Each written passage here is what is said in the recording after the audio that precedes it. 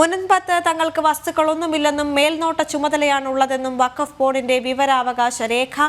വഖഫ് നിയമം നിലവിൽ വന്നത് 1954-ലാണ്. ബോർഡ് വന്നത് 1960-ലും. ഈ സമയത്ത് ബോർഡിന്റെ ഉടമസ്ഥതയിൽ വസ്തുക്കളൊന്നുമില്ലെന്ന വിവരാവകാശ രേഖ വ്യക്തമാക്കുന്നുണ്ട്. മുനമ്പം വഖഫ് അധിനിവേശ നീക്കത്തിൽ CBI അന്വേഷണമെന്ന ആവശ്യവും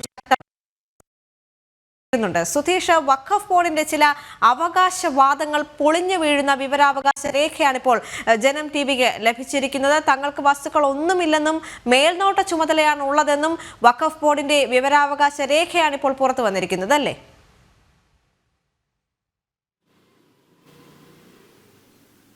ദേവിക, അങ്ങനെ തന്നെയാണ്. മുനമ്പത്തെ 600-ലധികം കുടുംബങ്ങളെ കണ്ണീരിലാഴ്ത്തിയ വഖഫ് ബോർഡിന്റെ അവകാശവാദം അത് പൊള്ളയാട് അടിസ്ഥാനമില്ലാത്തതാണെന്ന് വ്യക്തമാക്കുന്നതാണ് ഈ വിവരാവകാശ രേഖകൾ. ഇതിൽ ഏറ്റവും പ്രധാനമായി പറയേണ്ടത് മുനമ്പത്ത് എത്ര ഭൂമിയുണ്ട് വഖഫിൻ്റേതെന്നുള്ളതിന് പോലും രേഖയില്ല.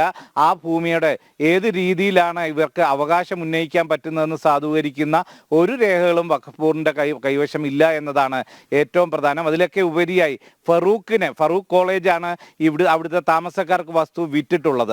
ആ ഫറൂഖ് കോളേജിന് എത്ര ഭൂമിയാണ് ഉണ്ടായിരുന്നതെന്ന് പോലും ഫറൂഖ് കോളേജിന്റെ പക്കലോ വഖഫ് ബോർഡിന്റെ പക്കലോ രേഖകളില്ല. ഇതിന്റെ മേൽനോട്ട ചുമതല മാത്രമായിരുന്നു ഉണ്ടായിരുന്നതെന്നും വ്യക്തമാക്കുന്നു. അതിലുപരിയായി ഇത് തിരുവിതാംകൂർ രാജഭരണകാലത്ത് തിരുവിതാംകൂർ രാജാവാണ് ഇത്തരത്തിൽ ഭൂമി അന്നത്തെ ഒരു സേട്ടിന് കൈമാറുന്നത്. ആ സേട്ടിന് കൈമാറുമ്പോൾ അത് കാർഷിക ആവശ്യത്തിനായിരുന്നു. അത് എങ്ങനെ സിദ്ദിഖ് സേട്ടിന്റെയും സത്താർ സേട്ടിന്റെയും ഒക്കെ ഉടമസ്ഥതയിലേക്ക് വന്നു എന്നത് സംബന്ധിച്ചും ഒരു വ്യക്തതയും നൽകാൻ ഈ ഫറൂഖ് കോളേജിനോ ഇല്ലെങ്കിൽ വഖഫ് ബോർഡിനോ കഴിയുന്നുമില്ല. ആ ഒരു ഘട്ടത്തിലാണ് വിലയാധാരമായി വാങ്ങിയ ഭൂമി അതിൻ്റെ എല്ലാ രേഖകളും ഉള്ള ജനങ്ങളെ കണ്ണീരിലാഴ്ത്തി ആ ഭൂമിയിൽ അവകാശവാദം ഉന്നയിച്ചുകൊണ്ട് ഇപ്പോൾ വഖഫ് ബോർഡ് രംഗത്തെത്തിയത്.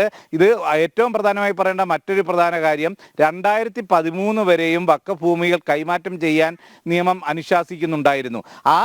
അത്തരത്തിൽ നടത്തിയ ആധാരങ്ങൾക്ക് അത് നിലനിൽക്കുന്നതാണെന്നും വിവരാവകാശ രേഖ പ്രകാരം വ്യക്തമാക്കുമ്പോൾ 2013 ശേഷം ഏതെങ്കിലും തരത്തിൽ വഖഫ് ഭൂമി കൈമാറ്റം ചെയ്തിട്ടുണ്ടെങ്കിൽ മാത്രമേ ഇവർക്ക് അവകാശം ഉന്നയിക്കാൻ കഴിയൂ എന്ന വളരെ നിർണായകമായ ഒരു സാഹചര്യം കൂടി ഇതിലൂടെ വ്യക്തമാകുകയാണ്. എന്നാൽ ഇവരെല്ലാം തന്നെ 50 വർഷത്തിലധികമായി ഇവിടെ താമസിച്ചു പോരുന്നവരാണ്.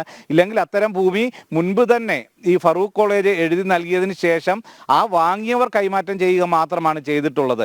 ആ ഒരു സാഹചര്യത്തിൽ ഒരു തരത്തിലും വഖഫിന് അവകാശം ഉന്നയിക്കാൻ കഴിയുന്നതല്ല മുനമ്പത്തെ ഭൂമികളെന്ന് വ്യക്തമാക്കുന്നു. ഇവരുടെ വാദമുഖങ്ങളെല്ലാം തന്നെ പൊളിയുന്നു. ഇത് സംബന്ധിച്ച് ഇപ്പോൾ ഒരു ജുഡീഷ്യൽ കമ്മീഷനെ വെച്ചിട്ടുണ്ട്. ആ ജുഡീഷ്യൽ കമ്മീഷന് മുനമ്പത്തെ താമസക്കാരെല്ലാം തന്നെ ഇതുമായി ബന്ധപ്പെട്ട രേഖകളും മറ്റും കൈമാറിയിട്ടുണ്ടെന്നാൽ വഖഫ് ബോർഡ് ഇതുവരെയും അത്തരത്തിൽ ജുഡീഷ്യൽ കമ്മീഷൻ ആവശ്യപ്പെട്ടിട്ടും ആ രേഖകൾ ഇന്നലെ വരെയും കൈമാറിയിട്ടില്ല എന്നതാണ് യാഥാർത്ഥ്യം. അതുകൊണ്ട് തന്നെ ഇവിടുത്തെ പ്രശ്നങ്ങൾക്ക് പരിഹാരമാകാൻ ഉള്ള എല്ലാ സാധ്യതയും തെളിയുന്നതാണ് ഈ വിവരാവകാശ രേഖകൾ. ഏറെ നിർണായകമായ വിവരങ്ങളാണ് ഈ പുറത്തു വന്നതെന്ന് തന്നെ നമുക്ക് അരക്കെട്ടുറപ്പിച്ച് പറയാൻ സാധിക്കും. ദേവിക, ശരി. കൊച്ചിയിൽ നിന്ന് ചേർന്നത് സുധീഷ് ഗോപാലാണ്.